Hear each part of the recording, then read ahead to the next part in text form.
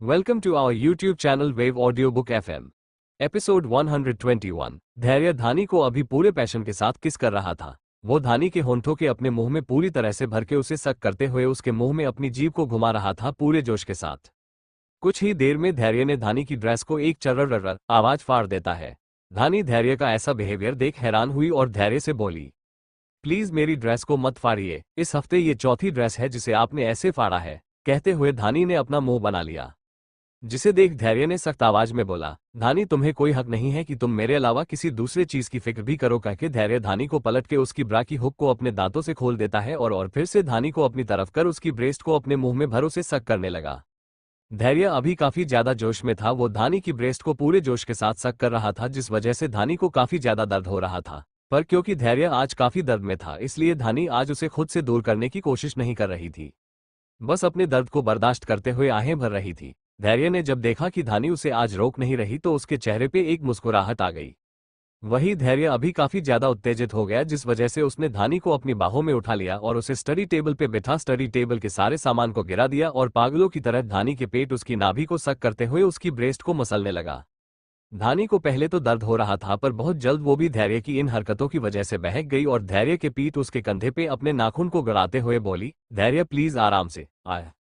धानी की आवाज में एक मदहोशी थी, जिससे धैर्य में धानी को खुद में समाने के लिए हवस और भी ज्यादा बढ़ गई और धैर्य अपने होंठों को धानी के पेट पे नीचे की तरफ ले जाते हुए उसके नीचे के पात को पूरी मदहोशी के साथ सक करने लगा।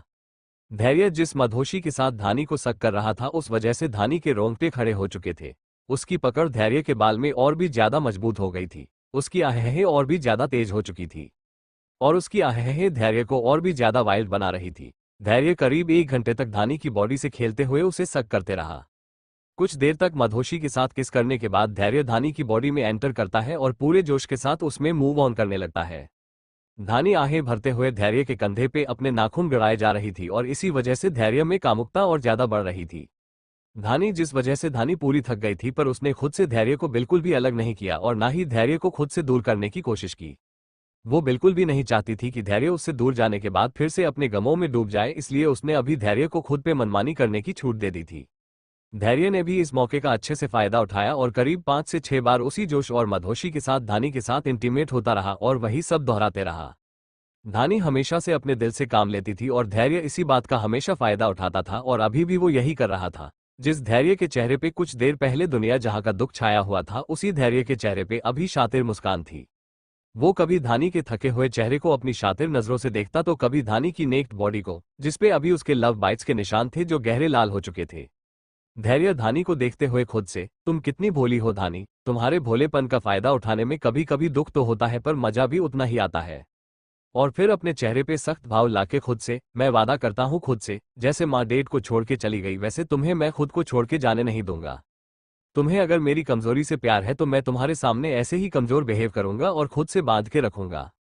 और एक वादा करता हूं मैं खुद से, जिस दिन तुम मुझे छोड़ के गई उस दिन मैं अपने हाथों से तुम्हारा खून कर दूंगा। कहते हुए धैर्य जोर से धानी में पुश करता है, जिससे धानी की चीख निकल जाती है जोर से, धैर्य आराम से। कहते हुए धानी एक लाश की तरह टेबल पे लेट जाती है। अब धानी में इतनी भी ताकत नहीं बची थी कि वो अपनी आंख भी खोल के धैर्य को या खुद को देख पाए। वही धैर्य अब भी धानी को ही एक टक देखे जा रहा था।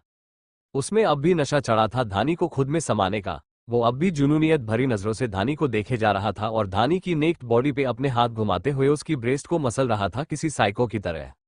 धैर्य काफी देर तक धानी की बॉडी पे अपने हाथ वैसे ही चलाता रहा, फिर अपनी पेंट को पहन धानी को अपनी शर्ट पहना के उसे रूम में लेके चला जाता है।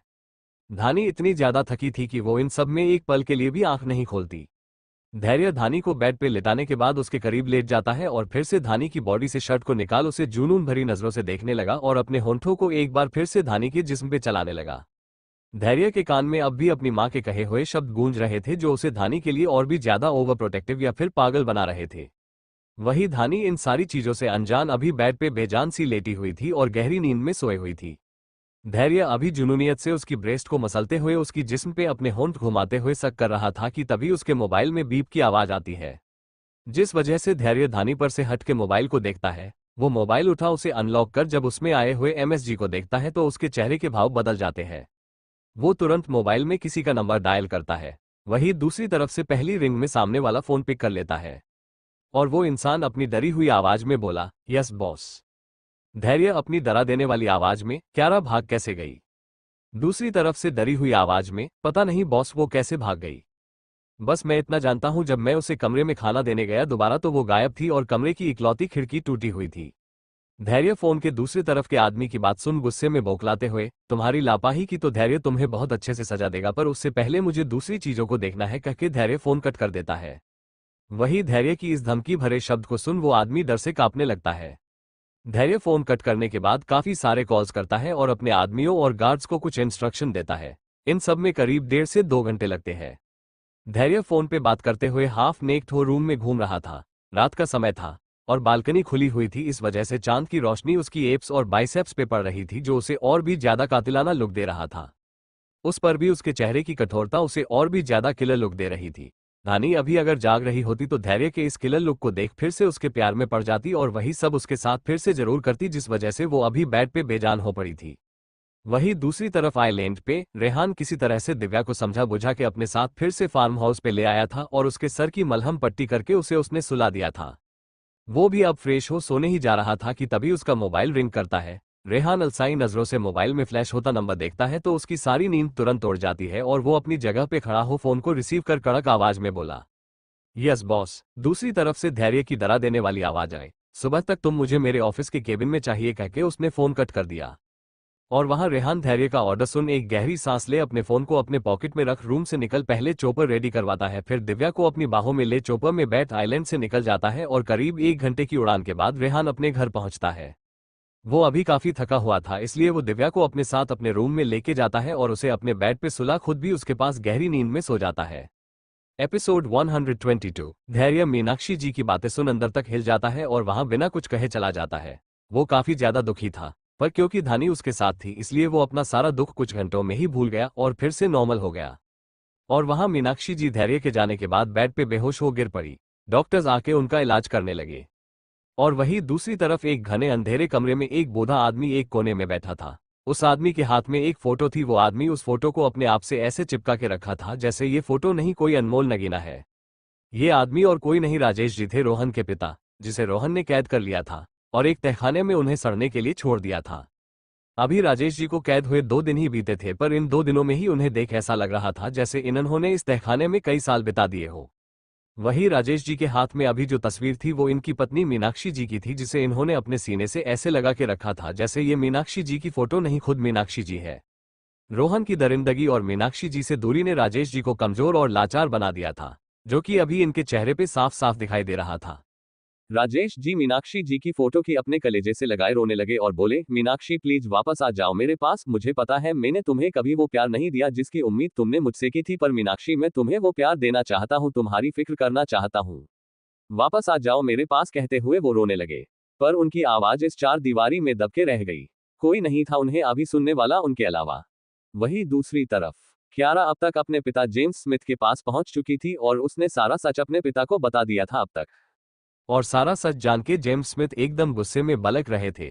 जेम्स स्मिथ गुस्से में गुर्राते हुए अपने सेक्रेटरी से बोले, call that bastard DHERY Singh Raizada here right now. James Smith जोर से चिल्लाए।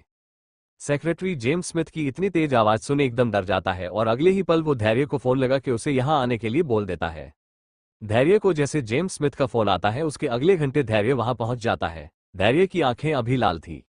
उसे जब से इस बात की खबर मिली थी कि क्यारा उसके कैद से भाग गई है उसने एक पल के लिए भी राहत भरी सांस नहीं ली। धानी के साथ पेशेंटली इंटीमेट होने के बाद वो थक तो गया था पर इस समय उसके लिए आराम से ज्यादा जरूरी उसका गुरूर और उसका बिजनेस था जिसे उसके बाप ने शुरू किया था और उसके अंकल शंभू ने आगे बढ़ाया था और अब धैर्य इसे और भी ज्यादा बढ़ा रहा था। धैर्य उस बिजनेस को एक मामूली लड़की की वजह से खत्म नहीं होने देने वाला था और यही वजह थी कि थक के चूर हो जाने के बाद भी और आंखें नींद ना मिलने की वजह से लाल हो जाने के बाद भी अभी धैर्य के चेहरे पे वही एटीट्यूड और गुरूर था जिससे लोग डरा करते थे और लड़कियां अपना दिल हार जाया करती थी, जिसमें से एक क्यारा भी थी। अभी भी उसका यही हाल था। धैर्य ने उसके साथ इतनी ज्यादा बेरहमी दिखाई थी पर जब धैर्य जेम्स के बुलाने पर यहाँ आया तो क्यारा सब कुछ भूल इंटेंस नजरों से उसे देखने लगी। धैर्य ने अभी एक फॉर्मल सी शर्ट पहनी थी, उस पे एक कोट पहना था। शर्ट के ऊपर के काफी सारे बटन्स खुले थे जिससे उसकी ब्रॉड चेस्ट विजिबल हो रही थी जो कि उसे किलर लुक दे रहे थे। क्यारा तो अभी धैर्य के लुक को ऊपर से नीचे तक देखने में बिजी थी। वही जेम्स स्मिथ सब धैर्य को गुस्से में घूर रहे थे।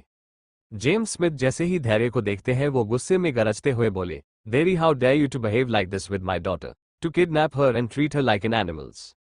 धैर्य, तुम्हारी हिम्मत कैसे हुई मेरी बेटी के साथ ऐसा बिहेव करने की, उसे किडनैप करने की और उसके साथ जानवरों जैसा बर्ताव करने की?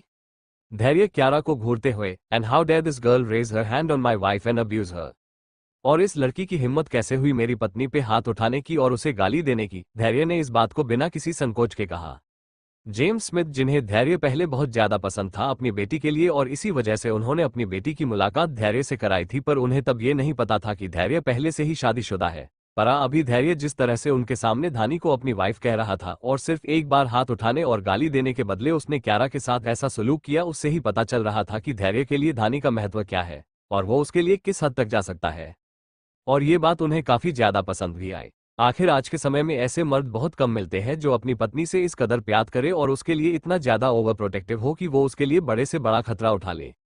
पर क्योंकि इस बार बात उनके खुद की बेटी की थी, इसलिए उन्होंने अपनी हर फीलिंग को साइड में रखा और धैर्य को बुरी तरह घूरते हुए कहा। जेम्स स्मिथ गुस्से में, will you treat my daughter like animals for a simple street girl? तुम एक दो कोड़ी के लड़की की वजह से मेरी बेटी के साथ ऐसा बिहेव करोगे? धैर्य एटीट्यूड के साथ, मिस्टर जेम्स स्मिथ अपनी जुबान संभाल के बात करो, मैं अपनी पत्नी के लिए कुछ भी कर सकता हूँ, किसी भी हद तक जा सकता हूँ। जेम्स स्मिथ, जो कि अभी तक धैर्य से इंग्लिश में पूरे एटीट्यूड के साथ अपनी किंग वाली चेयर पे बैठ के बात कर रहे थे, वो अब अपनी जगह से उठ खड़े हुए और धैर्य के पास आके उसकी आंखों में देखने लगे। धैर्य ने भी पूरे एटीट्यूड के साथ उनकी आंखों में देखा और कहा, मेरी वाइफ मेरा गुरूर है और कोई मेरे गुरूर को हट भी लगाए ये मुझे बर्दाश्त नहीं, कहके वो बुरी तरह से जेम्स स्मिथ को घूरने लगा। वही क्यारा अपने पिता और धैर्य के बातों को देख और सुन रही थी। उसके भी चेहरे पे अभी घमंड और एटीट्यूड पूरे जोश में था, और यहाँ जेम्स स्मिथ के चेहरे पे एक सर्द भाव था। उन्हें देख ये बताना मुश्किल था कि आखिर उनके अंदर चल क्या रहा है। वो काफी देर तक धैर्य को एटीट्यूड में घूरते रहे, फिर एक तेज आवाज के साथ चिल्लाए, guards attack him and kill him right now. उनकी आवाज इतनी तेज थी कि कुछ समय तक उनकी आवाज उस पूरे हॉल में इको करने लगी। पर वहां खड़े गार्ड्स में से किसी ने भी अपनी जगह से हिलने की हिम्मत नहीं की, जिसे देख धैर्य के चेहरे पे एक शातिर मुस्कान आ गई। जेम्स स्मिथ भी धैर्य के खेल को अच्छी तरह से समझ गए, पर उनके चेहरे पे अभी भी एक भी चिंता की लकीर नहीं आई और वो धैर्य को उसी तरह घूरते हुए बोले, बहुत अच्छा खेल बनाया है तुमने धैर्य सिंह रायजादा। इस बार भले ही तुम्हारी जीत हुई है, पर मैं भी हारा नहीं हूँ। बहुत जल्द मैं वापस आऊंगा तुमसे मुकाबला करने, कहके वो जाने लगे, पर उसके अगले ही पल एक जोरदार आवाज आई और जेम्स स्मिथ जमीन पे गिर गए। ये आवाज धैर्य के बंदूक से निकली गोली की थी, जिसे उसने जेम्स स्मिथ के पैरों पे चलाया था, जिस वजह से जेम्स स्मिथ एक तेज दर्द की वजह से जमीन पे लड़खड़ा के गिर गए और धैर्य को बुरी तरह घूरने लगे। वही धैर्य उन्हें अब भी चेहरे पे एटीट्यूड लिए घूर रहा था। वही क्यारा, जिसके चेहरे पे थोड़ी देर पहले कूट कूट के एटीट्यूड भरा था, वो अब डर से कांपने लगी। अपने पिता को हारता हुआ देख के डर नाम की चीज उसमें पहले इतना नहीं था, पर एक हफ्ते से धैर्य के गुंडे उसे जिस तरह से टॉर्चर कर रहे थे, उस वजह से उसमें अचानक ही डर की लहर दौड़ गई और वो अपने पिता के पास भाग के उनके पास बैठ डरी हुई आवाज में बोली, डैड ये क्या हो गया? आप इस धैर्य से कमजोर कैसे हो पड़ रहे हैं? क्यारा डरी सहमी आवाज में जेम्स स्मिथ से बोली, जिसपे जेम्स स्मिथ बोले, धैर्य तुम्हें मेरे साथ जो करना है करो, पर मेरी बेटी को जाने दो यहाँ से, उसका इन सब से कुछ लेना देना नहीं है। जेम्स स्मिथ पैर में लगी गोली को दबा के खून को रोकने की कोशिश करते हुए लड़खड़ाती आवाज में बोले, जिसपे धैर्य उनके पास एक पैर फोल्ड कर बैठ के उन्हें ऊपर से नीचे तक तरस भरी नजरों से देखते हुए बोला, चुचू चुचू, कल तक जो इंसान पूरी दुनिया में माफिया किंग बने घूम रहा था, आज उसे गिड़गिड़ाते हुए देख तरस आ रहा है। पर वो क्या है ना, हम जिस धंधे में है उसमें तरस किसी पे भी नहीं खाया जाता, सिर्फ सजा दी जाती है। और फिर क्यारा को देखते हुए, और फिर इस लड़की ने तो मेरी वाइफ को चोट पहुंचाने की कोशिश की है, तो इसे मैं कैसे छोड़ सकता हूं, कहके धैर्य ने क्यारा को उसके बाल से पकड़ लिया और उसे वैसे ही उठाते हुए कहा, जेम्स स्मिथ, तुमने अभी तक मेरा कोई नुकसान नहीं किया है, इसलिए मैं तुम्हें सिर्फ जिंदा छोड़ रहा हूं, पर तुम्हारी इस बेटी ने बहुत बड़ी गलती की है, इसलिए इसे मैं अपने साथ लेके जा रहा हूं, कहकर धैर्य अपने आसपास खड़े लोगों को कुछ इशारा करता है और वहां से क्यारा को लेके चला जाता है। धैर्य के जाने के बाद जेम्स स्मिथ के गार्ड धैर्य के ऑर्डर पे जेम्स स्मिथ को उठा के उनके रूम में लेके चले जाते हैं और उनके पैर से गोली निकाल पैर की मलहम पट्टी कर उन्हें रूम में अकेला छोड़ बाहर चले जाते हैं। और वहां धैर्य क्यारा को फिर से उसी जगह लेके जाता है और उसे फिर उसी कुर्सी पे बिठा उसके सर पे बंदूक रख बोला, अगली बार अगर यहां से भागने की कोशिश की तो ये गोली सीधा तेरे सर के आर पार हो जाएगी, कहके धैर्य वहां से चला जाता है और क्यारा रोते बिलखते रह जाती है, पर उसकी आवाज सुनने वाला वहां कोई नहीं होता। एपिसोड 123। धैर्य जेम्स स्मिथ को उनके ही बंगले में उन्हीं के गार्ड्स के निगरानी में छोड़ के क्यारा को अपने साथ लेके चला जाता है और क्यारा को उसी जगह लाके फिर से कैद कर देता है जहां उसे उसने पहले कैद में करके रखा था और वो किसी तरह से आजाद होके भाग गई थी। धैर्य पहले तो किसी से दुश्मनी नहीं करता, पर जब करता है तो उससे उसकी आखिरी सांस तक दुश्मनी निभाता है। क्यारा के साथ भी उसने यही किया। पहले तो उसका प्लान सिर्फ इतना था क्यारा को लेके कि वो उसके थ्रू उसके बाप की इमेज को यूज करके उस मकान पे पहुंच जाएगा, जहां तक पहुंचने के लिए उसने पता नहीं क्या क्या किया। वो काफी हद तक कामयाब भी हो गया था। उसने इन 2 हफ्तों में जेम्स स्मिथ के जितने भी गार्ड थे पहले उसने उन्हें अपनी तरफ किया, क्योंकि जेम्स स्मिथ धैर्य को ऑलमोस्ट अपना दामाद मान चुके थे और अपना सब कुछ वो उसे ही सौंपना चाहते थे, इसलिए वो इन सारी चीजों को जानते हुए भी कुछ नहीं बोले। और धैर्य इसी का फायदा उठाते हुए उनकी पावर को अंदर ही अंदर खोखला करता रहा और फिर क्यारा की मौत का झूठा शोक मनाने के लिए धानी के साथ 4 दिनों के लिए गायब हो गया था। रेहान और दिव्या का तो उसके साथ आना बस एक एक्सीडेंट था जो उसे धानी की वजह से बनाना पड़ा। पर इन सब में उसने सोचा नहीं था कि क्यारा उसके बनाए हुए पिंजरे से भाग जाएगी, क्योंकि क्यारा ने उसकी धानी पे हाथ उठाया था और उसे गाली दी थी, इसलिए अब वो क्यारा को उसकी आखिरी सांस तक तड़पाने वाला था और इसी वजह से वो क्यारा को फिर से उसी कैद में डाल देता है जिस कैद से वो बड़ी मुश्किल से आजाद हुई थी। और वही जेम्स स्मिथ अपनी बेवकूफियों पे अपना बाल पकड़ के उसे नोच रहे थे कि कैसे वो एक अनजान आदमी पे इतना ज्यादा भरोसा कर सकते थे। सब कुछ उनकी आंखों के सामने ही होता रहा और वो उसे उसका प्यार और अपनापन समझ के बस देखते रहे। वहीं दूसरी तरफ धैर्य रात भर इन सारे कामों को अंजाम देके धानी के उठने से पहले पैलेस में अपने रूम में पहुंच जाता है और वॉशरूम में शावले बिन कपड़ों के ही धानी को अपनी बाहों में ले एक कंबल से खुद को और धानी को कवर कर सो जाता है। अब तक सुबह के 5 बज गए थे, जिस वजह से हल्की हल्की रोशनी हो चुकी थी, पर क्योंकि अब तक धैर्य पूरी तरह थक के चूर हो चुका था इसलिए उसने एक रिमोट के बटन को प्रेस करके रूम में जितने भी पर्दे थे उन्हें गिरा दिया। अब रूम में घना अंधेरा हो गया, जिस वजह से धानी जो थोड़ी देर पहले कसमसाते हुए उठने लगी थी वो फिर से धैर्य के सीने पे अपना सर रख सो गई। क्योंकि धानी गहरी नींद में सो चुकी थी फिर से, इसलिए अब धैर्य को भी चैन मिला और अब वो भी धानी को अपनी बाहों में कस के जकड़ के सो गया। अभी धैर्य के चेहरे पे जीत से भरी चमक थी और क्योंकि धानी उसके बाहों में थी इसलिए एक अलग सा सुकून उसके सीने में था जिसने उसे सुकून से भरी नींद दी। पर कहते हैं ना, इंसान के बुरे कर्म उसका पीछा इतनी जल्दी नहीं छोड़ते, यही हाल धैर्य का भी होने वाला था। उसने पावर के लिए सिर्फ जेम्स स्मिथ को ही नहीं और भी लोगों को ऐसे ही बर्बाद किया था जो कि उसकी एक गलती का इंतजार कर रहे थे, जिसमें से एक रोहन भी था। वो भी धैर्य के एक कमजोरी के पता लगने का वेट कर रहा था और जब से उसे इस बात का पता लगा था कि दिव्या धानी की और रेहान दोनों की कमजोरी थी तब से ही वो दिव्या का पता जोरों शोरों से लगा रहा था। और जिस पल दिव्या ने चोपर से रेहान के साथ फिर से मुंबई में कदम रखा उसी पल रोहन तक ये खबर पहुंच गई और अब वो बस दिव्या की बस एक गलती का वेट करने लगा।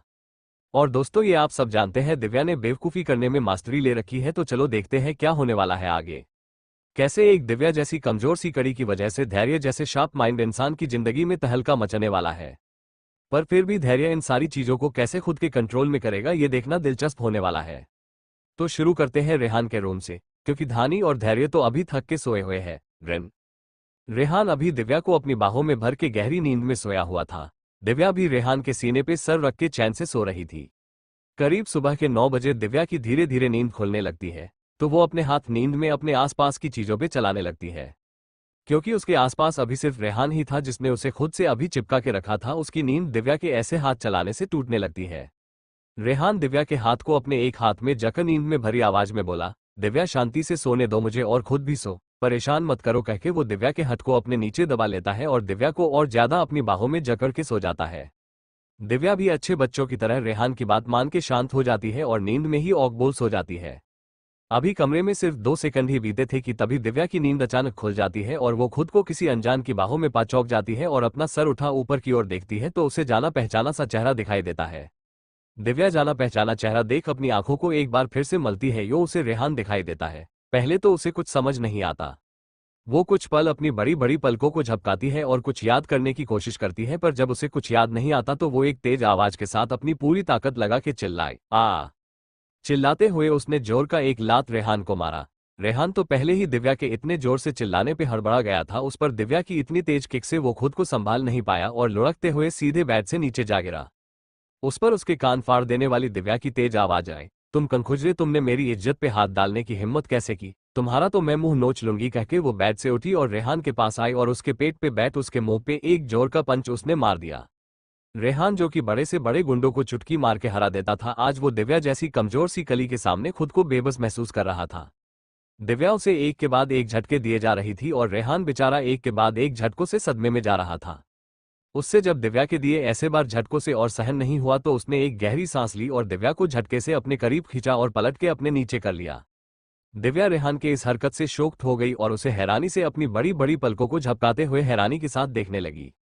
वो उससे अपना मुंह खोल और कोई बकवास करती उससे पहले ही रेहान ने दिव्या के होंठों पे अपनी उंगली रखी और धीमी आवाज में कहा, शशिश, एक भी लफ्ज और नहीं कहोगी तुम, वरना मैं सब कुछ भूल के तुम्हारी इन लबों को अपने लबों से खामोश कर दूंगा। कहते हुए उसने अपने होंठों से हल्के से दिव्या के होंठों को छू लिया। दिव्या रेहान के होंठों के इस टच से सिहर उठती है और अपनी आंख बंद कर एक गहरी सांस ले धीमी आवाज में बोली, रेहान छोड़ो मुझे, मुझे लेट हो रहा है। कहके उसने अपनी पलकों को झुका लिया। उसकी आंखें अभी शर्म से झुका ली थी। गाल पे उसके हल्के गुलाबी रंगत छा गए थे जो कि उसे और भी ज्यादा खूबसूरत और क्यूट बना रहे थे, जिससे रेहान अपना कंट्रोल खो रहा था। उसके अंदर अभी फीलिंग्स की बाढ़ आ रही थी। वो इतना ज्यादा कंफ्यूज कभी नहीं हुआ जितना आज दिव्या के इन गुलाबी हो चुके गाल और शर्म से झुकी हुई पलकों को देखकर हुआ था। उसका दिल अभी दिव्या के इन कांपते हुए होंठों को अपने होंठों से छूने का कर रहा था, पर क्योंकि दिव्या अभी सिर्फ 17 साल की ही थी इसलिए उसने बहुत मुश्किल से अपनी फीलिंग्स को कंट्रोल में किया और दिव्या के लबों को देख के जो उसके मुंह में पानी आ रहा था उसे अपने गले के नीचे उतारते हुए दिव्या से धीमी आवाज में कहा, मैंने कल रात तुम्हारे साथ कुछ नहीं किया। मैं बहुत ज्यादा थका हुआ था, इस वजह से हम दोनों सिर्फ एक बेड पे साथ में सोए थे। कहके वो एक बार फिर से दिव्या की झुकी हुई पलकों को देखता है। उसका मन अभी इन पलकों को चूमने का कर रहा था, क्योंकि दिव्या अभी बहुत प्यारी लग रही थी। पर उसने इस बार फिर से खुद को कंट्रोल किया और फिर से अपनी राल को अपने गले के नीचे गटका और कहा, तुम जब तक खुद मुझे खुद के साथ कुछ करने की परमिशन नहीं दोगी तब तक मैं अपनी हदों को नहीं तोड़ूंगा। कहके वो प्यार से दिव्या के कान के पास आके उसकी यहीं को चूम लेता है। रेहान की इस हरकत से दिव्या के होंठों पे ना जाने क्यों एक मीठी सी मुस्कान आ जाती है और वो अपने चेहरे को एक तरफ कर लेती है।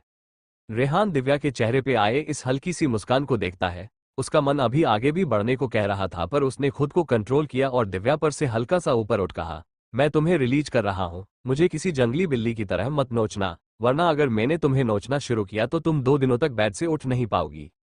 कहके उसने दिव्या के हाथों को छोड़ दिया और उस पर से उठ गया। वही दिव्या जो कि अब तक रेहान के करीब होने की वजह से अपने संस में नहीं थी, वो अब अपनी हरकत में आई और अपना मुंह बिगाड़ते हुए रेहान को घूरते हुए बोली, तुम मुझे नोचोगे से मतलब क्या है तुम्हारा? क्या तुम भेड़िए हो जो तुम मुझे खा जाओगे? दिव्या अपनी दोनों ऐबरों एक दूसरे से मिल जोड़ के रेहान को बुरी तरह घूरते हुए बोली। और वही दिव्या की बातें सुन रेहान उसे देखते हुए शातिर मुस्कान कर बोला, क्या तुम जानना चाहती हो जब रखा आदमी भेड़िया बनता है और वो किसी कमजोर कली को नोचना शुरू करता है तो क्या होता है? कहके वो दिव्या की ओर बढ़ने लगा। दिव्या रेहान की आंखों में और उसकी बातों में शरारत महसूस कर जल्दी से अपनी जगह से उठ गई और भाग के बेड के दूसरी तरफ जाते हुए बोली, मुझे नहीं जानना और आज तुमने जो भी किया मैं उसकी शिकायत दीदी से करूंगी और दीदी से तुम्हें डांट खिलाऊंगी। कहके वो रूम से भाग गई। और यहाँ रेहान दिव्या की प्यारी प्यारी शैतानी भरी बातें सुन अपने दिल पर प्यार से हाथ रख कुछ देर खुद को संभालता है, फिर वॉशरूम में चला गया शावर लेने।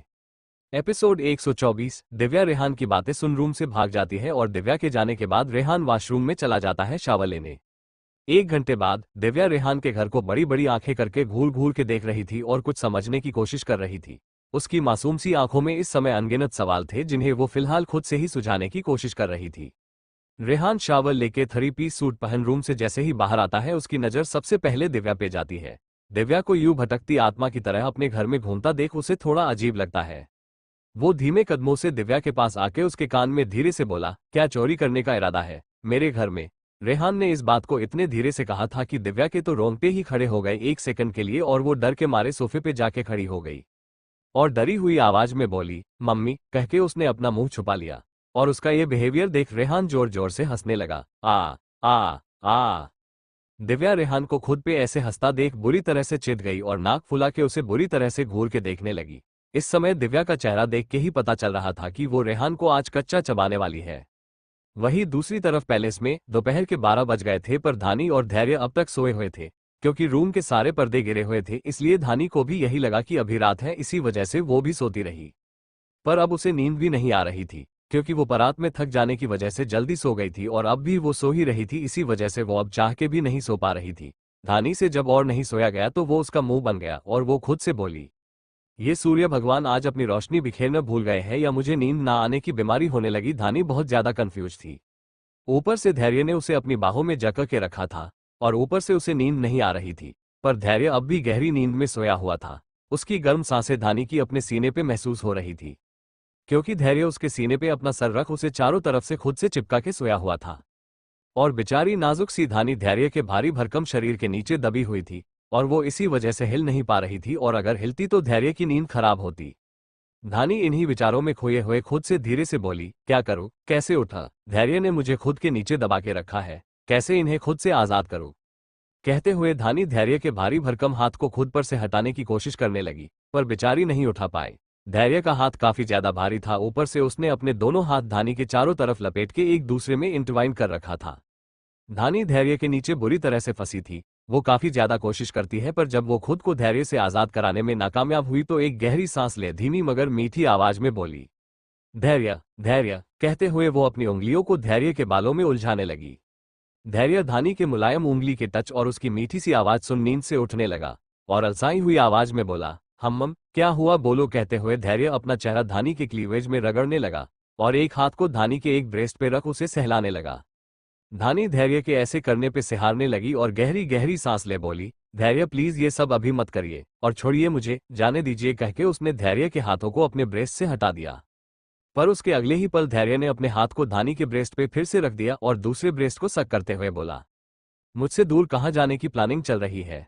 धानी धैर्य के ऐसे करने पे गहरी गहरी सांस लेते हुए बोली, धैर्य प्लीज ये अभी मत करिए। आपने पूरी रात मुझ पे अपनी मनमानी की है, जिस वजह से अभी भी मेरी बॉडी में दर्द हो रहा है, उसलिए प्लीज धैर्य छोड़ दीजिए। धानी धैर्य से रिक्वेस्ट करते हुए बोली, पर धानी का यूं गहरी गहरी सांस लेना धैर्य को बहकाने लगा। थकावट तो उसमें अब भी थी, क्योंकि वो पूरी रात सोया नहीं था और अभी कुछ घंटे पहले ही सोया था, पर धानी का यूं मौन करना धैर्य को उत्तेजित करने लगा, जिस वजह से उसने वही किया जिस चीज के लिए धानी उसे रोक रही थी। उसने एक बार फिर से खुद को धानी में समा दिया और धानी को गले से लेके हर जगह पे लव बाइट देते हुए और सक करते हुए अपना काम करने लगा। करीब 1 घंटे तक धैर्य ने धानी को खुद में समा के रखा था, फिर उसे अपनी बाहों में उठा के वॉशरूम लेके चला गया। क्योंकि धानी को बॉडी पेन काफी ज्यादा हो रहा था, इसलिए धैर्य ने आज उसे अपने हाथों से हॉट शावर दिया और खुद भी उसके साथ हॉट शावर लिया। पर इन सब के बीच में भी उसने अपनी हरकतें नहीं बंद की और धानी के बॉडी से खेलता रहा, और धैर्य की इन हरकतों की वजह से धानी शर्म या फिर गुस्से से पूरी लाल हो चुकी थी।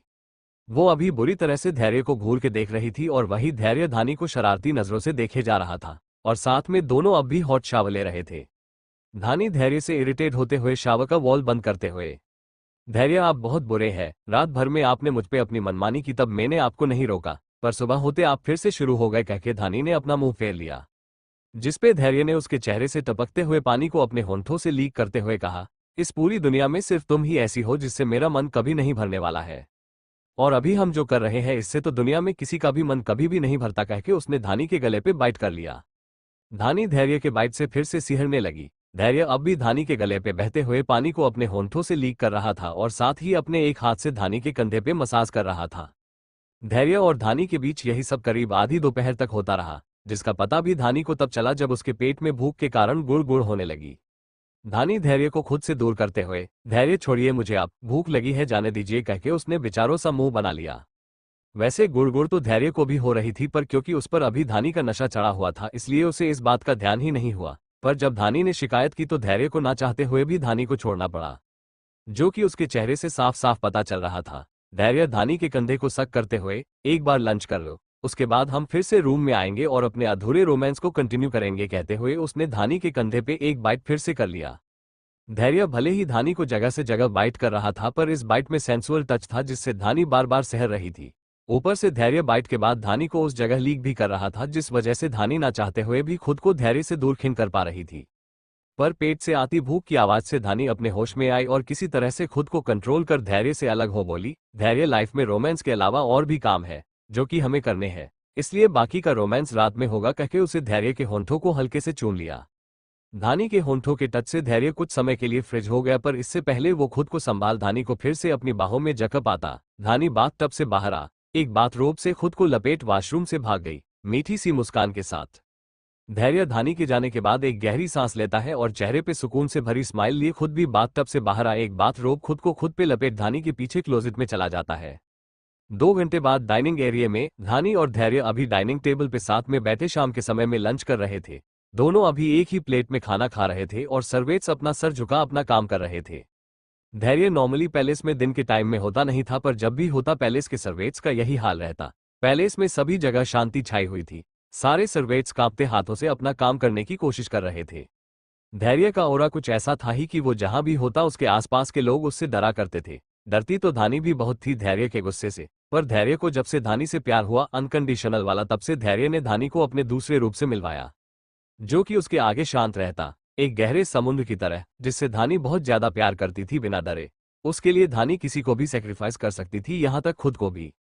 पर जब धैर्य का दूसरा रूप धानी के सामने आता तो धानी खुद भी उससे दूर भागा करती थी, और जब तक जरूरी नहीं होता तब तक वो धैर्य के उस रूप को नहीं जगाती थी। धानी और धैर्य अभी एक दूसरे के साथ लंच कर ही रहे थे कि तभी एक तेज हवा का झोंका आता है और वो धानी से लिपट जाता है और धानी के गाल पे एक प्यारी सी किस करता है। वही ये नजारा देख धैर्य का मुंह बन जाता है। वो उस इंसान को बुरी तरह घूरने लगता है अपना मुंह बना के। एपिसोड 125। धानी और धैर्य अभी सुकून से शाम के समय लंच कर ही रहे थे कि तभी दिव्या आती है भागते हुए धानी से पीछे से लिपटते हुए उसके गाल पे एक प्यारी सी किस करती है। धैर्य जो कि धानी के साथ एक ही प्लेट में खाना खा रहा था वो दिव्या की ऐसी हरकत देख अंदर तक जल भुन जाता है और दिव्या को बुरी तरह घूरने लगता है। सच में दोस्तों, अगर दिव्या धानी की सगी छोटी बहन नहीं होती तो धैर्य उसे पता नहीं कितनी बार मौत के घाट उतरता। पर क्योंकि वो धानी की सगी छोटी बहन थी और धानी उसके लिए कुछ भी कर सकती थी, इसलिए धैर्य के पास सिर्फ दिव्या को बुरी तरह घूर के देखने के अलावा कोई दूसरा रास्ता नहीं था। दिव्या धानी के गाल पे प्यार से किस कर उससे पीछे से लिपट के प्यारी सी आवाज में बोली, दीदी तू मुझे आइलैंड पे अकेले क्यों छोड़ के आ गई? तुझे पता है मैं वहां तेरे जाने के बाद कितना ज्यादा रोई? कहते हुए दिव्या और ज्यादा धानी से चिपक गई पीछे से और छोटे बच्चों जैसा उसने अपना मुंह बना लिया। वही धैर्य का मुंह और भी ज्यादा बुरी तरह बन गया और वो दिव्या से अपनी नजर हटा उससे कुछ दूरी पे खड़े रेहान को घूर के देखने लगा। धैर्य के यूं घूरने से रेहान ने अपना सर नीचे कर लिया। उसने कुछ कहना सही नहीं समझा अभी। वही धैर्य रेहान को बुरी तरह घूरते हुए उससे कड़क आवाज में बोला, तुम मुझसे स्टडी रूम में आके मिलो। कह के धैर्य वहां से उठ के जाने लगा। पर तभी धानी ने दिव्या को खुद से अलग किया और धैर्य के हाथ को पकड़ उसे रोकते हुए कहा, धैर्य पहले खाना तो खा लीजिए। धैर्य दिव्या को बुरी तरह घूरते हुए बोला, मेरा पेट भर गया। कह के वो वहां से चला गया। दरअसल बात यह है कि दिव्या जिद करके रेहान के साथ पैलेस आई थी। वैसे उसे लगा नहीं था कि धैर्य इस समय पैलेस में होगा, क्योंकि इस समय नॉर्मली धानी अकेली ही रहती है पैलेस में। इसी वजह से रेहान भी दिव्या की जिद को मान गया और उसे यहाँ लेके आया। पर जब दिव्या ने शाम के समय धैर्य को यहाँ पैलेस में देखा और वो भी उसकी भोली भाली दीदी के साथ खाना खाते हुए, वो भी शाम के समय, तो उसके दिमाग में शैतानी सूझी और वो भाग के जाके धानी से लिपट गई और धैर्य को और ज्यादा जलाने के लिए उसने धानी के गाल पे किस भी कर लिया।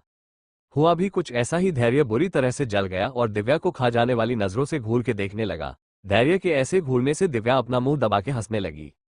एक्चुअली आइलैंड में साथ में समय बिताने पे दिव्या को यह एहसास बहुत अच्छे से हो गया था कि धैर्य को भले ही उससे कोई फर्क नहीं पड़ता, या फिर यूं भी कह सकते हैं उसके लिए वो जैसे इस धरती पे एक सीट ही नहीं करती है। पर जब वो धानी के साथ होती है और धानी अपना ध्यान उस पे भी देती है धैर्य के साथ, तो धैर्य अंदर तक जल भुन जाता था पर कुछ कहता नहीं था और दिव्या को धैर्य का जला भुना चेहरा देख के बहुत मजा आता था। इसी वजह से उसने अभी जानबूझ के धैर्य को जलाने के लिए ये सब किया और हुआ भी कुछ ऐसा ही। धैर्य अपनी जलन को बर्दाश्त नहीं कर पाया और वहां से चला गया। दिव्या जो कि अभी तक अपने मुंह को दबा के हंस रही थी, वो धैर्य और रेहान के जाने के बाद वो जोर जोर से हंसने लगी। दिव्या के ऐसे हंसने से धानी एकदम हैरान हो गई और उसे पलट के हैरानी से देखते हुए बोली, दिव्या बच्चा क्या हुआ, तू ऐसे क्यों हंस रही है? कहीं तुझे कहीं दर्द तो नहीं हो रहा? धानी फिक्र भरे लहजे में बोली। दिव्या जब धानी को खुद की फिक्र करते हुए देखती है तो अपनी हंसी को कंट्रोल करते हुए बोली, दीदी मुझे कहीं भी दर्द नहीं हो रहा, पर ये जीजू मुझसे इतना ज्यादा जेलस क्यों फील करते हैं? मैं तेरी छोटी बहन ही तो हूँ, थोड़ी ही तेरा बॉयफ्रेंड हूँ जो जीजू को मुझसे इतनी जेलस फील करते हैं। दिव्या धानी को चिढ़ाते हुए बोली। और दिव्या की बात सुन धानी उसे कंफ्यूजन में अपनी आईब्रो सिकोड़ के देखने लगी और बोली, मतलब क्या है तेरा दिव्या? तू ऐसे क्यों बोल रही है? धैर्य के साथ ऐसी कोई प्रॉब्लम नहीं है। धानी को सच में लग रहा था कि उसका पति सुधर गया है, क्योंकि धैर्य ने कुछ समय से उसके सामने ऐसी कोई हरकत नहीं की थी जिससे उसे उस पे शक हो। यहाँ तक धानी के कहने पे धैर्य दिव्या को अपने साथ लेके भी गया था, वो भी अपने ही हनीमून पे, जहां दिव्या ने बहुत ज्यादा एंजॉय भी किया था। दिव्या भी इसी वजह से आज धैर्य के साथ ऐसी मस्ती कर पाए, क्योंकि इस बीच धैर्य ने उसे भी काफी छूट दे रखी थी। पर वो जब भी धानी के करीब होती और धानी धैर्य को छोड़ के उसकी फिक्र करती तो उस समय धैर्य का मुंह देखने लायक होता, जिसे धानी ने तो नहीं देखा पर दिव्या बहुत अच्छे से देखती। और आज उसने इसे अप्लाई भी किया और वो कामयाब भी रही। और अभी यही बात वो धानी को बता रही थी, पर धानी ने इस बात से साफ साफ मना कर दिया, जिसे सुन दिव्या उसे अपना मुंह बना देखने लगी और बोली, दीदी जीजू को मुझसे जलसी फील होती है। तू बहुत भोली है इसलिए तू उन्हें नहीं पकड़ पाती, पर ये सच है। अभी की ही बात ले ले, मेरे आते ही वो कैसे अपना मुंह बना के यहाँ से चले गए। दिव्या अपनी बातों को प्रूव करते हुए बोली। और दिव्या की बातों और थोड़ी देर पहले हुई चीजों को अच्छे से नोटिस करने के बाद धानी को एक अजीब से एहसास ने घेर लिया, पर उसने अपने उस एहसास को अपना सर हिला के झटका और दिव्या से बोली, दिव्या ऐसी कोई बात नहीं है और तू अपने जीजू की शिकायत करना छोड़ और ये बता तू यहाँ आई क्यों है। धानी बात को बदलते हुए बोली। और दिव्या पे उसका असर भी हुआ।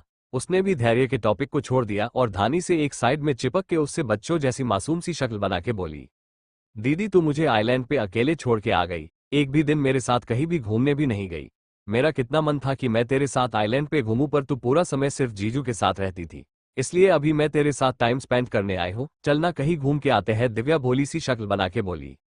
और दिव्या की मासूम सी शक्ल देख धानी उसके सर पे एक चपेट लगाते हुए उसे खुद से अलग कर लिविंग हॉल की तरफ जाते हुए बोली, पूरे हफ्ते भर आइलैंड पे जी भर के घूमने के बाद भी तेरा मन नहीं भरा जो अभी और तुझे घूमना है। और ये बता नेक्स्ट ईयर के एडमिशन की प्रिपरेशन की तैयारी कर रही है या फिर बस घूमने में ही सारा समय बिता देगी, तो धानी दिव्या को घूरते हुए शिकती लहजे में बोली। और धानी की बात सुन के दिव्या उसके पीछे धीमे कदमों से आते हुए अपने सर के पीछे कंफ्यूजन में खुजली करते हुए लड़खड़ाती जुबान में बोली, वो दीदी दीदी एडमिशन के लिए मैं सोच ही रही थी, एक बार रिजल्ट आ जाए उसके बाद देखती हूँ, कह के उसने अपना सर झुका लिया। और धानी दिव्या की इस बात को सुन के उसे बहुत ही बुरी तरह घूर के देखते हुए बोली, दिव्या इस बार तूने एग्जाम तो अच्छे से दिए है ना, कहीं ऐसा तो नहीं कि तू फेल होने वाली है इस बार, देख अगर ऐसा हुआ तो पूरे साल घूमना तो दूर तुझे मैं हॉस्टल से भी बाहर नहीं निकलने दूंगी, याद रखना, धानी धमकी देने के लहजे में बोली। धानी की धमकी सुन दिव्या उसके पास आके उसे शांत कराते हुए बोली, दीदी तू फिक्र मत कर, मैं अच्छे मार्क्स से पास होंगी, मेरे पेपर्स बहुत अच्छे से गए हैं, बस मैंने नेक्स्ट ईयर की तैयारी नहीं की हूँ, बस दिव्या जल्दी जल्दी में बोली।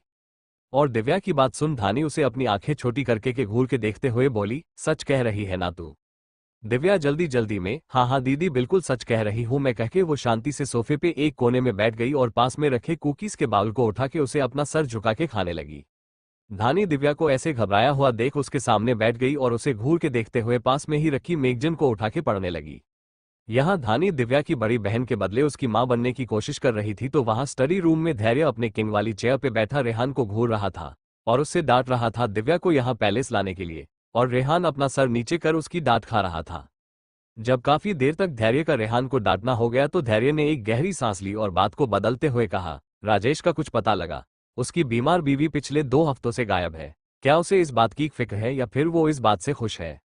धैर्य गहरी सोच में डूबे हुए रेहान से बोला।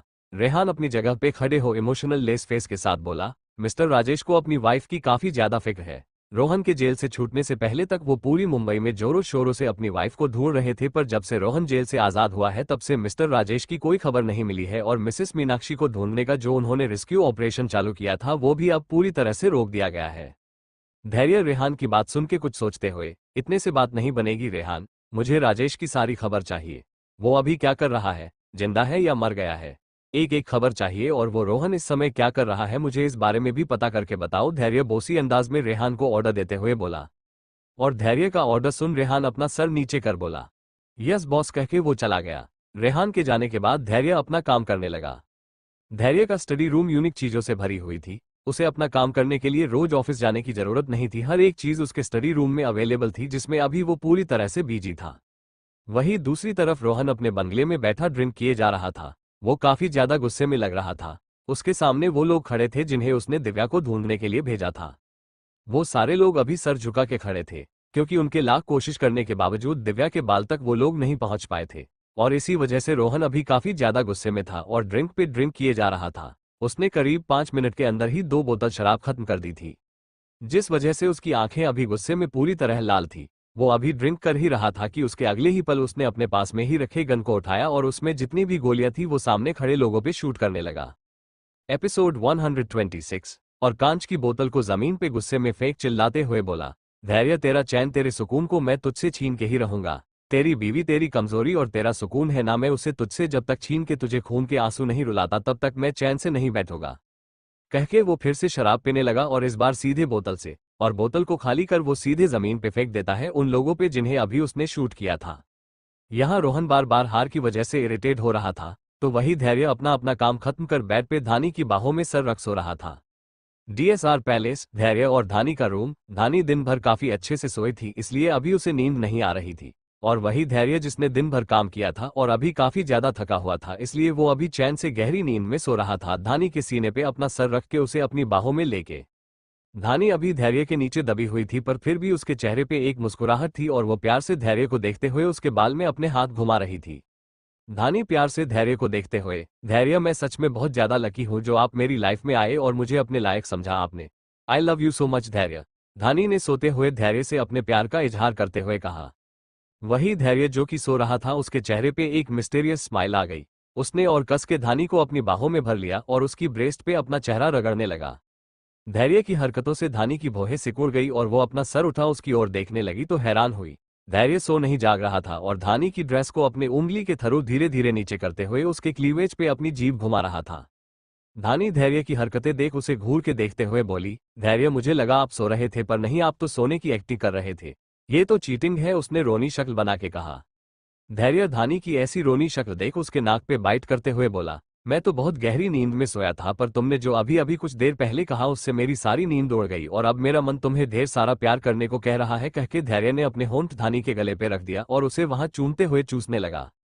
धानी धैर्य के होंठ अपने गले पे फील कर उससे दूर होते हुए बोली, धैर्य प्लीज अभी ये सब मत करिए, मुझे बहुत ही बॉडी पेन हो रहा है कल जो भी आपने किया था उस वजह से, और इसलिए मुझ में अभी हिम्मत नहीं है आपको झेलने की, धानी रिक्वेस्ट करते हुए बोली।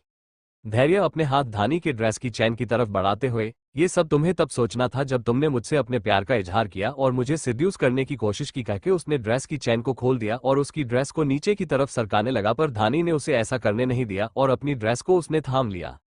धानी धैर्य की बात सुन उसे हैरानी से देखने लगी, अपनी आंख बड़ी बड़ी करके, और बोली, धैर्य मैंने आपको सेड्यूस नहीं किया और मैंने तब जो भी कहा वो इसलिए क्योंकि मुझे लगा आप सो रहे हैं, पर आप तो बस सोने की एक्टिंग कर रहे थे, कहके धानी ने फिर से रोने वाली शक्ल बना ली।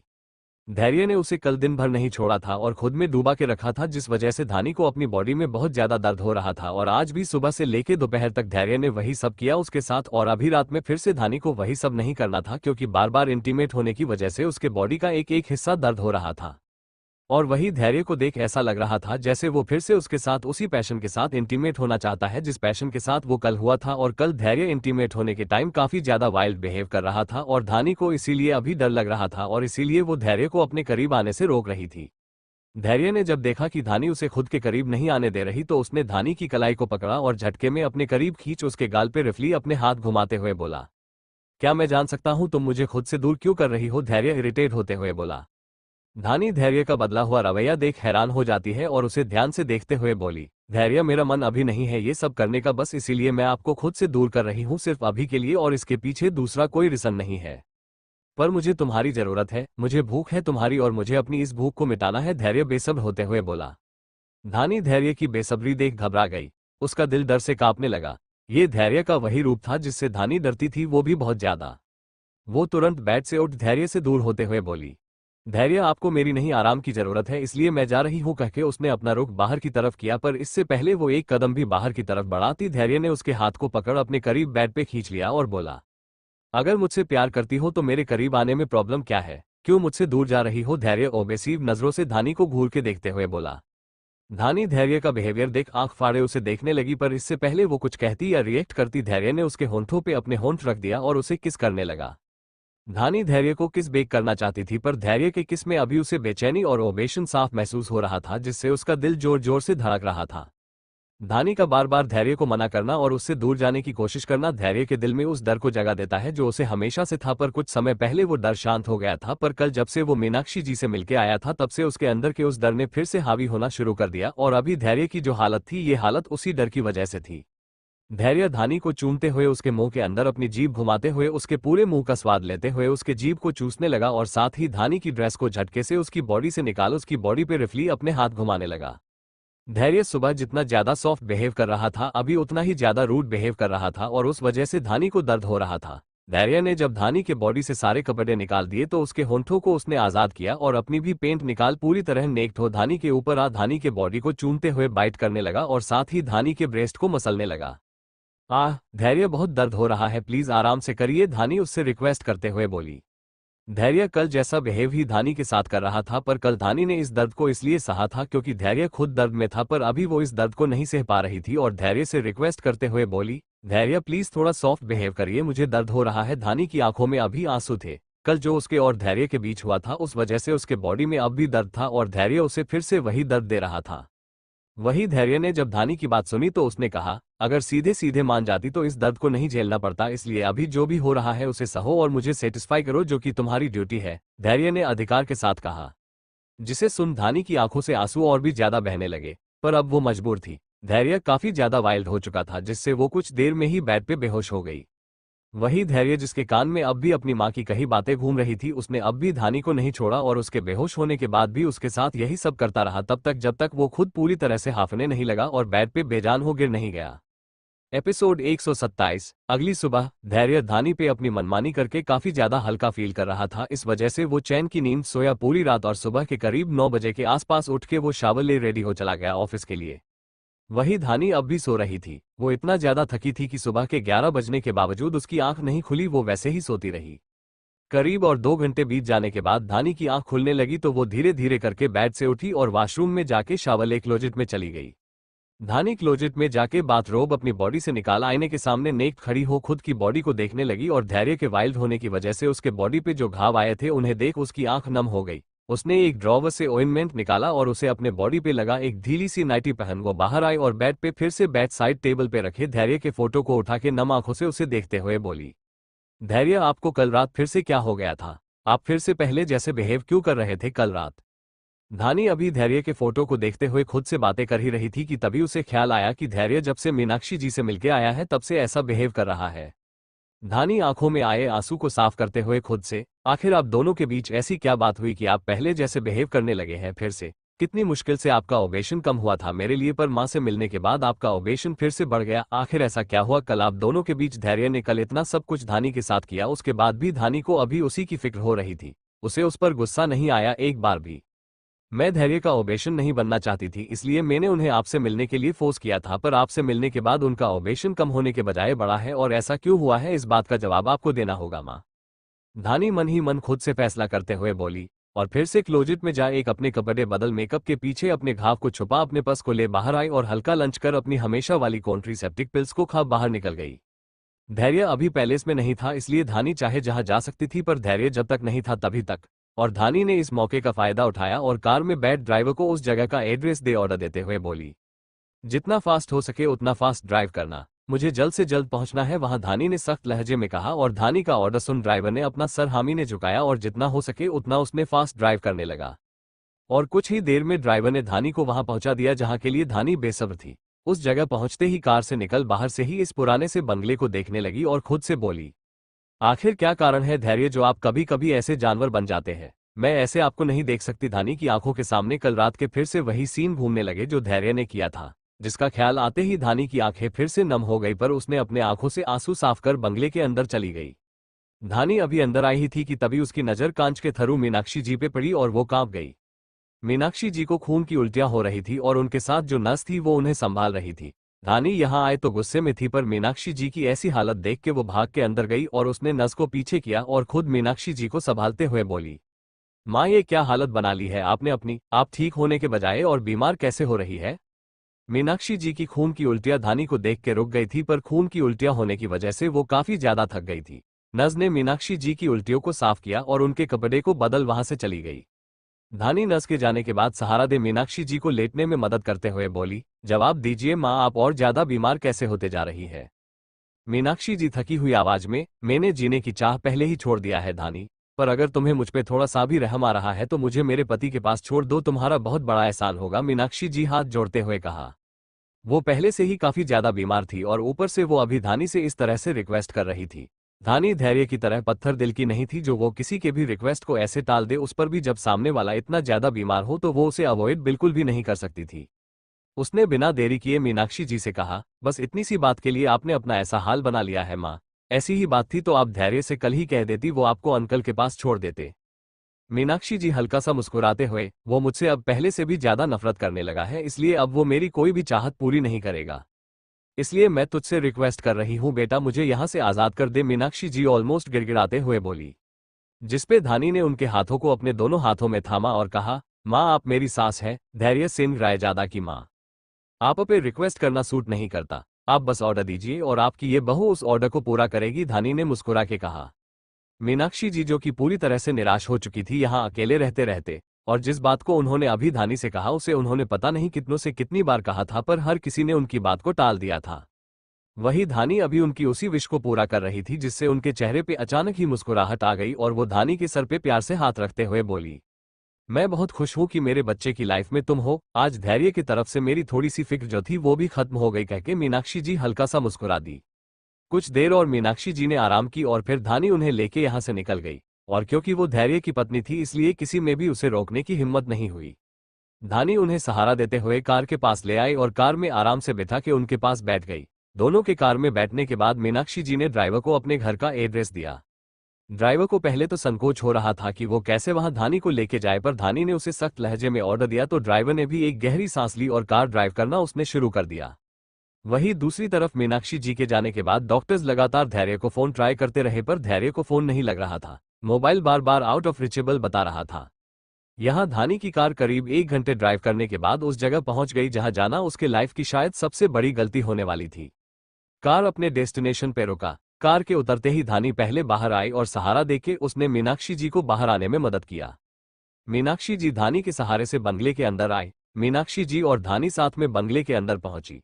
पहले तो बंगले के सर्वेंट और सिक्योरिटी गार्ड सभी मीनाक्षी जी को इतने दिन बाद देख हैरान हुए, पर फिर उन सब ने अपना सर झुका लिया उनके सामने। मीनाक्षी जी ने सभी को एक प्यारी सी स्माइल पास की और धानी के साथ अंदर बढ़ गई।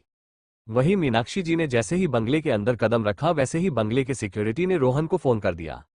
रोहन ने पहले तो फोन अवॉइड किया, पर जब उसे लगातार 2 बार गेट के सिक्योरिटी का फोन आया तो उसने भी झुंझलाते हुए फोन पिक किया और बेरुखी भरे लहजे में कहा, जब एक बार में फोन मैंने पिक नहीं किया तो बार बार फोन करके मुझे परेशान क्यों कर रहे हो। रोहन की धमकी भरी आवाज सुन सिक्योरिटी गार्ड डर गया, पर फिर उसने हिम्मत करते हुए कहा, साहब वो बड़ी मेम साहब आए हैं और उनके साथ कोई मिसेस धानी राय ज्यादा आए हैं, बस यही बताने के लिए आपको फोन कर रहा था। एपिसोड 128। रोहन जो कि अभी अपने रूम में था और पूरी तरह से नेक्ड हो किसी लड़की के साथ इंटीमेट हो रहा था और इसी वजह से वो कॉल पिक नहीं कर रहा था। पर फोन के रिंग के बार बार बजने की वजह से वो झुंझलाते हुए उस लड़की के ऊपर से उठा और फोन पिक कर चिल्लाते हुए बोला। पर जब उसने सिक्योरिटी से धानी का नाम सुना तो दंग रह गया, उसे अपने कान पे यकीन ही नहीं हो रहा था। इसलिए उसने सिक्योरिटी गार्ड से कंफर्म करने के लिए कहा, फिर से बोलो कौन आया है यहाँ। सिक्योरिटी गार्ड डरी आवाज में, बड़ी मेम साहब और मिसेस धानी सिंह रायजादा। उसने दोबारा से धानी का नाम लिया। रोहन के चेहरे पे अभी एक जंग जीतने वाली मुस्कान थी। उसने पता नहीं क्या क्या किया था धानी तक पहुंचने के लिए, पर वो उसके बाल तक को आज तक छू नहीं पाया और आज धानी खुद उसके घर चल के आए है, उसे यकीन ही नहीं हो रहा था। वो उस लड़की के ऊपर से तुरंत उठ अपने कपड़े पहनने लगा। उस लड़की ने जब देखा कि रोहन आधे में ही जा रहा है तो वो उसके हाथ को पकड़ उसे रोकते हुए बोली, बेबी जो काम कर रहे थे उसे पूरा कर लो, उसके बाद जाओ जहां जाना है, उस लड़की ने सेडक्टिव वे में कहा। पर रोहन ने उस लड़की का हाथ अपने हाथ से ऐसे छुड़ा लिया जैसे वो उसे जानता ही नहीं और वॉशरूम की तरफ जाते हुए बोला, मेरे रूम से अपने कपड़े लो और बैक डोर से बाहर निकल जाओ, वो भी मेरे वॉशरूम में निकलने से पहले उसने बेरुखी से कड़क आवाज में कहा और वॉशरूम के अंदर जा डोर को जोर से बंद कर दिया। रोहन एक जल्लाद किस्म का आदमी था, इसलिए उस लड़की ने रोहन के ऑर्डर को फॉलो करने में ही अपनी समझदारी समझी और जैसा उसने कहा था वैसा ही करते हुए अपने कपड़े पहन रूम से बाहर निकल सबसे छुपते छुपाते बाहर चली गई। मीनाक्षी जी काफी ज्यादा बीमार थी, इसलिए वो आराम से सहारा लेके चल रही थी धीरे धीरे कदमों के साथ। उनके आंखों में कुछ देर पहले जो निराशा थी वो अभी कहीं गायब ही हो गया था, जो कि उनके चेहरे को देख के ही लग रहा था। वो अभी धानी के सहारे से अंदर की तरफ जा तो रही थी, पर साथ ही साथ अपने पूरे घर को निहार भी रही थी, खुशी से आंखों में चमक लिए। धानी मीनाक्षी जी के चेहरे पे चमक देख खुश हुई और खुद से बोली, आपसे कुछ पूछने आई थी और लड़ने भी, पर आपकी जैसी हालत है मुझे नहीं लगता कि अब आपको और ज्यादा परेशान करना चाहिए। जितनी भी लाइफ आपके पास है आप उसे खुशी से बिताइए, और रही धैर्य की बात तो उन्हें मैं धीरे धीरे अपने प्यार से ठीक कर दूंगी। कहते हुए धानी की आंखों से अभी एक कतरा आंसू छलक पड़ा। वो लगातार बस मीनाक्षी जी को ही देखे जा रही थी, पर बेचारी ये नहीं जानती थी कि उसके अंदर का भोलापन आज उसे पूरी तरह ले डूबेगा। कुछ ही देर में धानी मीनाक्षी जी को बंगले के अंदर ले आई और उसने उन्हें लिविंग हॉल के एक बहुत ही आरामदायक चेयर पे बिठा दिया और उनके पास घुटने के बल बैठ बोली, माँ क्या अब आप खुश है, अब आप अंकल जी से मिल सकती है। मीनाक्षी जी धानी के गाल पे प्यार से हाथ रख, तेरा बहुत बहुत शुक्रिया बेटा, आज तूने इस मुर्दे में जान डालने का काम किया है। मेरा आशीर्वाद है कि चाहे जितनी भी बड़ी मुश्किल क्यों ना आ जाए तुझ पे वो तेरा कुछ नहीं बिगाड़ पाएगा। वो अभी कह ही रही थी कि तभी एक ओर से धानी के लाइफ की सबसे बड़ी मुश्किल ने आते हुए कहा, भाभी जी को कोसी मुश्किल छू सकती है माँ। कहते हुए रोहन मीनाक्षी जी के पास आया और संस्कारी इंसान बनने का नाटक करते हुए उसने मीनाक्षी जी के पैरों को छू लिया। धानी रोहन का ऐसा बिहेवियर देख चेहरे पे एक छोटी सी मुस्कान लिए अपनी जगह पे खड़ी हो थोड़ी दूर हो गई। धानी को कदम पीछे लेते हुए रोहन ने कहा, अरे भाभी जी आप पहली बार मेरे गरीब खाने में आए हैं और खड़ी है, ये तो सही बात नहीं है ना। कहते हुए वो धानी के पास आया और उसे सोफे की ओर इशारा करते हुए बोला, यहाँ बैठिए भाभी जी। कह के उसने एक मीठी स्माइल पास की। धानी को रोहन का नेचर बहुत अच्छा लगा, पर फिर भी वो सोफे पे नहीं बैठी और रोहन से बोली, मुझे माफ करो रोहन, मैं रुक नहीं सकती हूँ यहाँ ज्यादा टाइम। मैं बस माँ को छोड़ने आई थी, अब मैं जा रही हूँ, कहते हुए उसने अपने कदम बाहर की तरफ बढ़ाने चाहे पर रोहन ने नाटक करते हुए कहा, हाँ भाभी जी, आप अमीर इंसान हो, मुझ जैसे गरीब के घर आप क्यों ही रुकोगे, कहके उसने अपना चेहरा घुमा लिया और जाने लगा। और हमारी भोली भाली धानी दुनिया के छल कपट से अनजान रोहन की बातों से छोटा सा मुंह बना लेती है और उसे रोकते हुए बोली, रोहन ऐसी बात नहीं है, जैसा तुम समझ रहे हो। माँ को अंकल जी की याद आ रही थी, इसलिए मैं यहाँ बस इन्हें छोड़ने आई थी, वो भी बिना धैर्य से कुछ भी बताए। और धैर्य पैलेस पहुंचे उससे पहले मुझे पैलेस पहुंचना होगा, वरना वो गुस्सा हो जाएंगे। धानी का दिल अभी धड़क रहा था किसी अनहोनी के होने के डर से, इस वजह से वो अभी बस यहाँ से जाना चाहती थी। वही रोहन, जिसे ये मौका बड़ी मुश्किल से मिला है, वो इस मौके का पूरा फायदा उठाने की कोशिश करते हुए बोला, भाभी जी मैं आपका ज्यादा टाइम नहीं लूंगा। पहली बार आप मेरे घर आए हैं और बिना डेट से मिले चली जाएंगी तो उन्हें बुरा लगेगा, इसलिए कम से कम कुछ नहीं तो उनके आने तक ही रुक जाइए। और फिर इमोशनल ड्रामा करते हुए, और इसी बहाने आखिरी बार माँ को आपके साथ समय बिताने का मौका मिल जाएगा। रोहन ने इस बार जो कहा उसे धानी मना नहीं कर पाए, क्योंकि कहीं ना कहीं वो भी मीनाक्षी जी के साथ समय बिताना चाहती थी, पर उसका दिल धड़क रहा था जोरों से और उसे यहाँ से बार बार जाने के लिए कह रहा था। पर उसने अपने उस ख्याल को झटका और एक मीठी सी स्माइल करते हुए रोहन से बोली, तुम इतना रिक्वेस्ट कर रहे हो तो मैं कुछ समय माँ के साथ रुल जाती हूँ, पर रोहन अंकल कब आएंगे? रोहन बनावटी मुस्कान लिए, बस कुछ ही देर में आते होंगे डैड, आप बैठिए ना। धानी इस बार सोफे पे बैठ गई मीनाक्षी जी के पास और उनसे बातें करने लगी। वहीं रोहन दोनों से अच्छी खासी दूरी बना धानी को ऊपर से नीचे तक ध्यान से देखने लगा। रोहन धानी को देखते हुए मन में खुद से, इस धैर्य की किस्मत भी कितनी अच्छी है, क्या माल मिला है उसे, रोज इस खूबसूरत बला के साथ बेड पे मजे करता है। कोई बात नहीं रोहन, अब ये खूबसूरत बला तेरे पिंजरे में आ गई है तो एक बार इसका स्वाद तुझे भी मिल जाएगा, कहते हुए रोहन गंदे तरीके से मुस्कुराने लगा। धानी को जब खुद पे किसी की नजरों की तपिश का एहसास हुआ तो उसने अपनी नजरों को उठा के देखा, पर इससे पहले वो रोहन को खुद की तरफ गंदे तरीके से घूरते पाती रोहन ने अपनी नजरें दूसरी और मोड़ ली और कुछ करने की एक्टिंग करने लगा। धानी ने जब देखा कि उसे कोई भी देख नहीं रहा था, उसने फिर से अपने ख्यालों को झटका और फिर से मीनाक्षी जी से बातें करने लगी। मीनाक्षी जी काफी ज्यादा कमजोर हो चुकी थी, इसलिए वो ज्यादा देर बैठ नहीं पाए, तो रोहन से बोली, रोहन बेटा मुझे मेरे कमरे में छोड़ दो। रोहन एक आज्ञाकारी बेटे की तरह मीनाक्षी जी के पास आया और उनसे बोला, जी माँ। मीनाक्षी जी उसके सहारे से उठ जाने लगी, पर रोहन ने अगले ही पल उन्हें अपनी बाहों में उठा लिया और कहा, आपको मेरे होते हुए जरा सा भी फिक्र करने की जरूरत नहीं है, कहके वो मीनाक्षी जी को लेके उनके रूम की तरफ बढ़ गया। धानी को रोहन का ये बिहेवियर बहुत ही अच्छा लगा और इसलिए उसके चेहरे पे एक प्यारी सी मुस्कान आ गई, और थोड़ी देर पहले जो उसे घबराहट हो रही थी वो भी अब शांत हो गया। उसने समय देखा तो अभी ज्यादा टाइम नहीं हो रहा था, इसलिए वो भी रोहन और मीनाक्षी जी के पीछे रूम की तरफ बढ़ गई। एपिसोड 29। रोहन धानी के सामने इतना अच्छे से बिहेव कर रहा था कि धानी, जो कि थोड़ी देर पहले घबराई हुई थी और यहाँ से जाने की कोशिश कर रही थी, वो कोशिश करना उसने बंद कर दिया और एकदम कंफर्टेबल हो वो मीनाक्षी जी के रूम में जा उनके बेड पे बैठ उनके बाल को किसी छोटे बच्चे की तरह सहलाते हुए उनसे बातें करने लगी।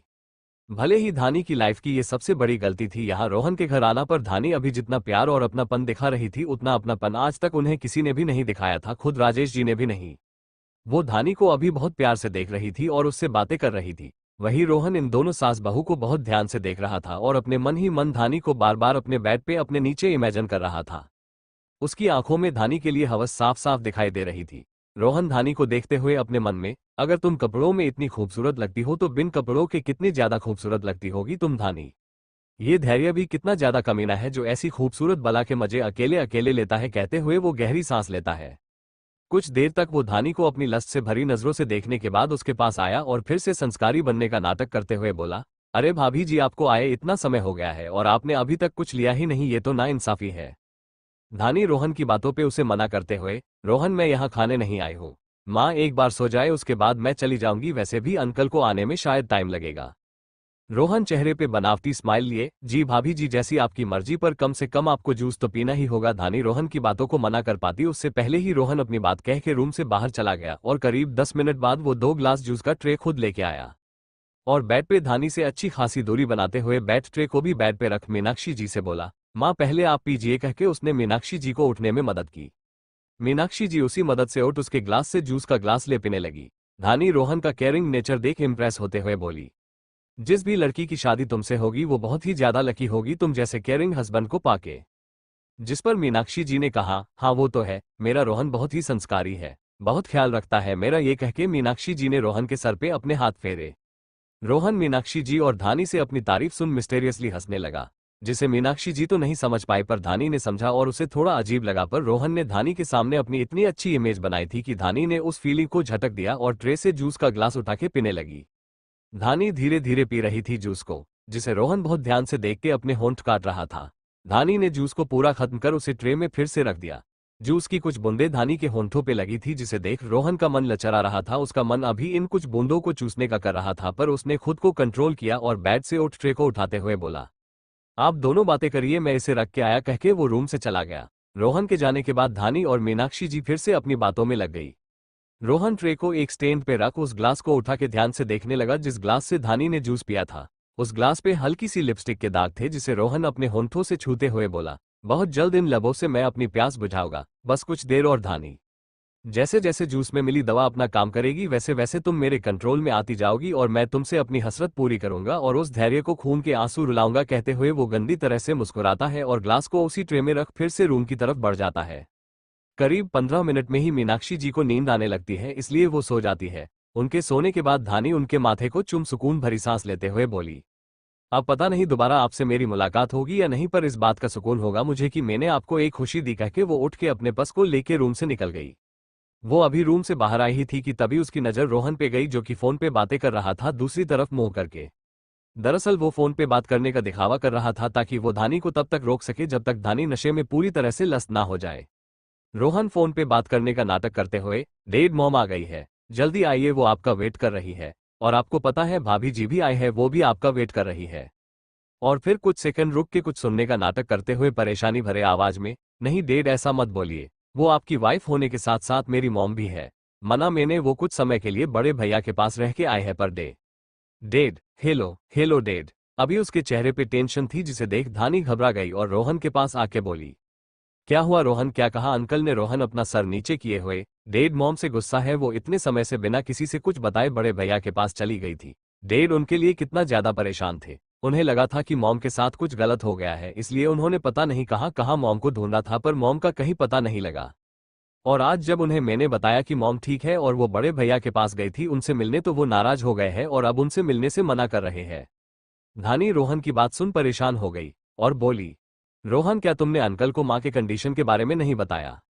रोहन परेशानी भरे भाव चेहरे पे लिए हुए, वो कुछ सुनने को तैयार ही नहीं है। फिर कुछ देर रुक के, भाभी जी अगर आप डेड से बात करेगी तो शायद डेड आपकी बात सुन ले। धानी रोहन की बात सुन के संकोच करने लगती है, जिसे देख रोहन बोला, जाने दीजिए भाभी जी, आप जाइए पैलेस बड़े भैया के पास। माँ का क्या है, वो डेड का इंतजार कर लेंगी अकेले यहाँ। पर शायद उनके पास इतना समय नहीं है और डेड काफी गुस्से में है। कोई बात नहीं, वो मेरी माँ है, भले ही उन्होंने मुझे जन्म नहीं दिया है पर पाला है उन्होंने मुझे, मैं उनके लिए डेड को किसी भी तरह से मना के लाऊंगा। कह के वो जाने लगा। धानी ने जब रोहन की इस तरह की बातें सुनी तो वो बिना कुछ सोचे समझे रोहन को रोकते हुए बोली, रोहन रुको, मैं भी चलती हूँ तुम्हारे साथ अंकल को मनाने। रोहन के कदम जाते हुए रुक जाते हैं, उसके चेहरे पे एक जहरीली मुस्कुराहट आ जाती है। वो स्माइल करते हुए खुद से बोला, अब फंसी है मछली जाल में। कहते हुए वो पलटा धानी की तरफ परेशानी वाली शक्ल बनाते हुए और धानी से बोला, पर भाभी जी बड़े भैया से आप क्या कहेंगी? वो तो आपको किसी और के साथ बर्दाश्त भी नहीं कर पाते और अगर आप मेरे साथ आए तो बड़े भैया आप पे काफी नाराज होंगे। धानी रोहन के करीब अपने कदम बढ़ाते हुए, मैं उन्हें संभाल लूंगी पर अभी उनसे ज्यादा जरूरी माँ है और उनकी खुशियां। अंकल जहां भी है मुझे वहां लेके चलो। रोहन धानी परेशानी भरे भाव में बोली, जिस पर रोहन ने कहा, भाभी जी मैं आपको लेके तो चलूंगा पर बाहर आपके गार्ड है, वो तो सिर्फ बड़े भैया का ही ऑर्डर फॉलो करते हैं और वो आपको मेरे साथ नहीं जाने देंगे किसी भी कीमत पे। धानी रोहन की बात सुन किसी असमंजस में पड़ गई, जिसे देख रोहन तिरछी मुस्कान करता है पर फिर चेहरे पे नॉर्मल भाव ला बोला, एक रास्ता है पर शायद आप उसके लिए तैयार ना हो। कैसा रास्ता? रोहन धानी क्यूरियोसिटी के साथ बोली, जिसपे रोहन ने कहा, अगर आप मेरे साथ बैक डोर से चले तो इन गार्ड्स को पता भी नहीं चलेगा और आप डेड को मना के यहाँ माँ के पास वापस लेके आ भी जाएंगी और बड़े भैया की नाराजगी भी आपको झेलनी नहीं पड़ेगी। एपिसोड 130। यहाँ धानी रोहन के जाल में फंसते जा रही थी तो वही ऑफिस में धैर्य किसी मीटिंग में था। धानी को अभी सिर्फ 3 घंटे ही हुए थे पैलेस से निकले और रोहन के घर पहुंचे। और वहां धैर्य जो कि मीटिंग में था और चेहरे से काफी ज्यादा सीरियस लग रहा था, उसे अचानक से अजीब सी फीलिंग ने घेर लिया। उसने तुरंत ही अपने दिल पे हाथ रखा और धीमी आवाज में कहा, धानी।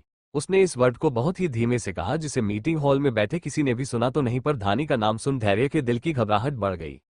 उसने अपने दिल की घबराहट को कम करने के लिए सीट पे अपने सर को टेक लगा के कुछ देर आंख बंद कर गहरी गहरी सांस लेने लगा। पर जब उसे इस तरीके से भी आराम नहीं मिला तो वो अपनी चेयर से अचानक उठ के मीटिंग हॉल से बाहर चला गया।